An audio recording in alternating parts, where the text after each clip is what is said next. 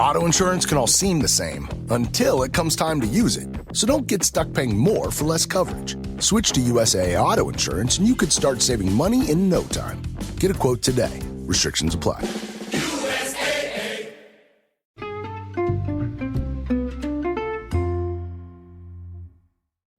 Hi everybody and welcome to the Dr. Psych Mom Show. Today I'm going to talk about how to convince your partner to go to couples counseling. I've already talked about this. I already have a podcast about it, but it seems like some people really do not understand kind of what you're trying to accomplish still. So I want to go back into more depth about it, and likely since I do not have the time to listen to that podcast, you'll get all new info. Because I literally have no idea what I said there. But I'm sure it was brilliant. So anyway, before we get to that, please do subscribe, because in the most recent subscriber episode, I talked about something wonderful, which, let me see if I can remember, is when you defer working on the relationship until you got time, and then you never have time. And like, because you adopt a puppy or something like that. And a lot of guys say that their wives do this. Like, they won't have sex, they won't go to date night, they won't do whatever until they have time. And then, however, they never, ever have time. So anyway, let's get into the couples counseling one. So let me just shoot down a couple of the common misconceptions, or basically the ways that your partner will try to wiggle out of couples counseling. I'll just tell you what to say to those, because that's easier. You just do what I say. So the first one is that your partner says you don't have time. Now, couples counseling used to be, you schlep there, you got your car, her car, you both got to leave work. Otherwise, you got to get a sitter. Just a couple years ago, really, it was a whole thing to go to couples counseling. So that's when these people that don't want to go to counseling, and I'll get to why they don't in a second, but that's when they were really in their heyday. Nowadays, though, there's virtual. My entire group practice is virtual. They're 45-minute sessions. People go every week or every other week. If you cannot spare literally the time to click into a different window on your computer, not having to leave work, although many people work from home, literally you could run out to your car if you have a job where you don't work from home and do it for 45 minutes on Zoom. If you don't have the time to do that, I don't know what to tell you.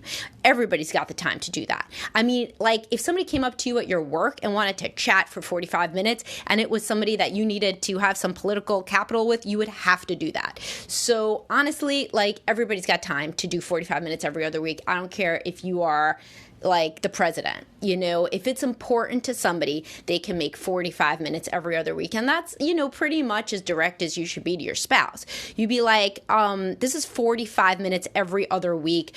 Of course, we would expedite it to go every week. Every week's a hell of a lot better, but every other week, for budget reasons, or because you, quote, don't have the time, then that's like 22 and a half minutes a week, unless I'm worse at math than I thought. Either way, it's in the 20s. And if you don't have 20 minutes a week to work on your marriage, then, you're really not going to have time to get divorced, because that involves a hell of a lot of mediation and discussions and documents and asset dividing and talking to the kids and what have you. So that shit is a much bigger time commitment.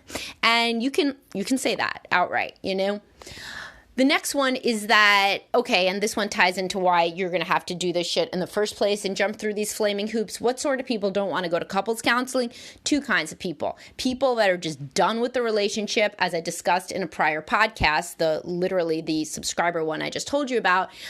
If people are not into the relationship anymore, and that's why they never have time for intimacy, then they're also not going to have time for couples counseling. They are not into the relationship anymore. They are waiting you out until the kids are out of the house, or until you just start living parallel lives and get with the program, because they don't want to get divorced, but they don't want to be in anything resembling a real marriage.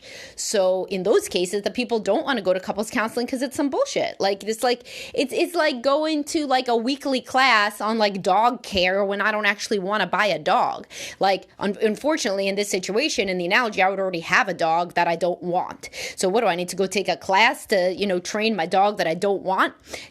So they don't want to do it because they don't give a shit. And that is a tough pill to swallow, but the quicker you swallow it, the better you are positioned to make clear and objective decisions about whether you want to remain in the marriage, right?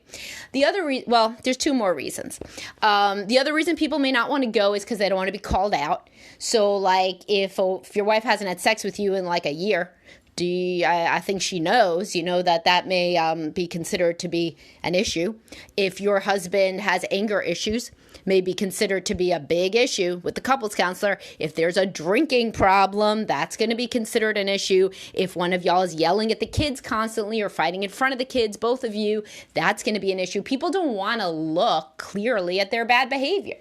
At behavior that they think, that they perceive would be considered, quote, bad by a therapist, and or behavior that they're deeply ashamed of, irrespective of what the therapist said. So they may know, like a woman may know that, like, if let's say that the husband says she yells at the kids all the time, she may know intellectually that the therapist is going to be affirming and say, oh, it sounds like you're really struggling. Maybe you need individual counseling. Here's some ways that we can work on things. Not judging her, but she doesn't want to think that she's doing it. She doesn't want to hear it out loud. She feels that she would feel so bad hearing it, that it would just make the whole situation worse. There's something called experiential avoidance that is correlated real highly with all the disorders, depression, anxiety, PTSD, etc.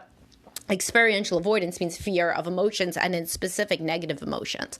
So the fear of the shame and guilt that your partner thinks they would feel when they heard you directly talk about their situation to a therapist, that seems to be intolerable. They are scared of that negative feeling. They are scared that couples counseling would make them feel worse because it would induce negative states of mood, and they're terrified of that. And you will recognize this description in your partner if it's accurate. They just hate negative mood.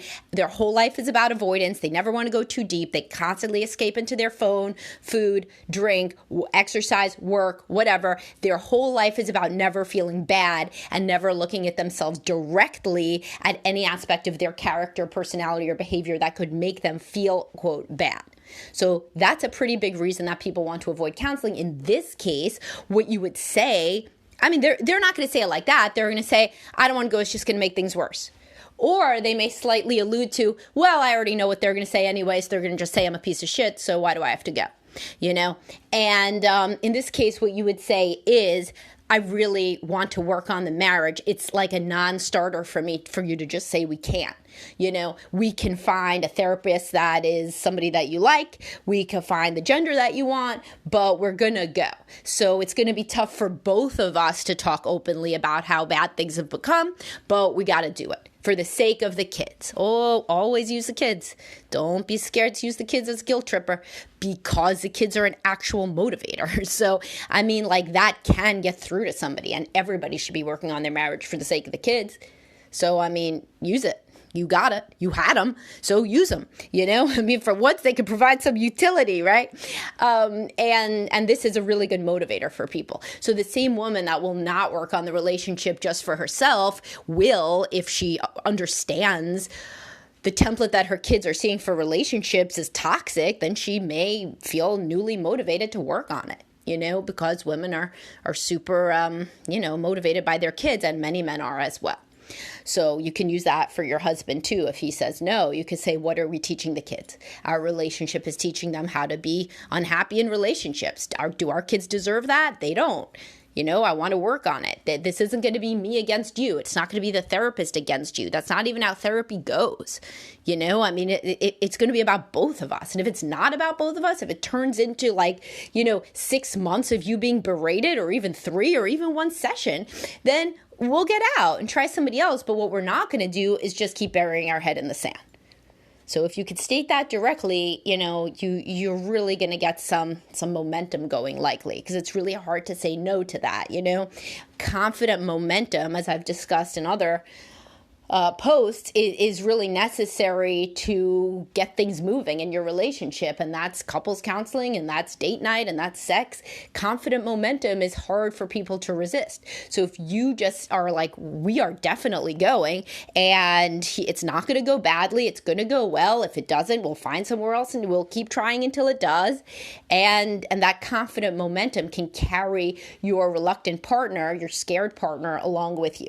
Now, there's one other reason people don't want to go to couples counseling, and I hesitate to say this because anytime I mention infidelity, people go down tremendous rabbit holes, forgetting that 87% of women never cheat. And 20% of men cheat, 13% of women cheat on average. So there's really low rates among women in particular, but really both in America. And but it is something that if people are cheating, they don't want to go to couples counseling because they feel even worse about themselves. They feel 1,000 times more fake, and also it's a waste. They are either deciding whether to stay with you or have already decided they're not. So then what are they going to go for? You know, it seems false. It seems crazy. It just seems like a waste of everybody's time. And they're not going to say that, but that could be a reason. So you wouldn't know that, though. You would just think that they're one of the first two categories of people. You know, either they're scared to go because they don't want to get called out, or they're just totally detached from the relationships. They don't want to go. If they are totally detached from the relationship and they're basically just like, what's the point? I don't want to waste my time with that. We're fine. Then again, you got to say a version of what I said already. You know, we're not fine. I'm not fine. We have to go. I can start even going myself, you know, but I thought that maybe you would want to work on the relationship too. Now, that's something you can always say. And many times people get very, very curious about what the couple sessions entail when only their partner is attending. So, you know, and this is particularly valid if you make changes in ways that they value from going to therapy. So like if I'm just working with a guy in couples counseling and I'm like, okay, what's the problem? She hasn't had sex with you in 6 months. Okay. What are her problems with you? Well, she says I'm an asshole. She says that I say snarky, nasty remarks. Well, do you? Let me hear what some of those texts are. Whoa. Yes, you do. You know, you can be a dick. I understand that's because in your mind you feel betrayed and you feel so angry and resentful. However, she's got a point, right? So in the next week, what are you going to do instead? How are you going to talk to your wife? And we're game planning it. So he comes out of the session acting like a rock star for a week. Man, she's going to be curious. She's going to be curious about what's happening. Anybody would be. And or even if she's not curious, you're going to build up some goodwill from positive change from therapy. She is then going to have a positive association between therapy and good, you know, good things happen. So then she may want to get in on it because most people don't want to live a miserable life. Even if they feel too scared to change, if change falls into their lap, they may run with it. And that would be what you would be doing there. So you can always start couples counseling on your own and then eventually they join you. You know, that's something that a lot of people do. And then, of course, there's the money. So some people are like, we can't afford that. Well, not only are there many people who accept insurance, people say, well, you can't get in with somebody who accepts insurance. Yeah, obviously, because they have like 7 zillion people who want to get in at a discount rate. But either way, you can wait, you can call, you can do assiduous, legwork to find somebody who accepts insurance. Or you could say, I mean, this is like fairly obvious, like, look what else we spend money on. There is probably nobody listening that never wastes money. You know, that's just a human thing. And so philosophically, would we want to spend on eating out twice a week or ordering in twice a week, or would we want to put that budget toward couples counseling? I had a good meme, at least I thought that it was a good meme because I did it. And I said, how much would you pay to give your kids, it was what may better spoken than this, I'm just summarizing, but how much would you pay to enroll your kids in a course on how to have a healthy adult relationship? You just found your couples counseling budget.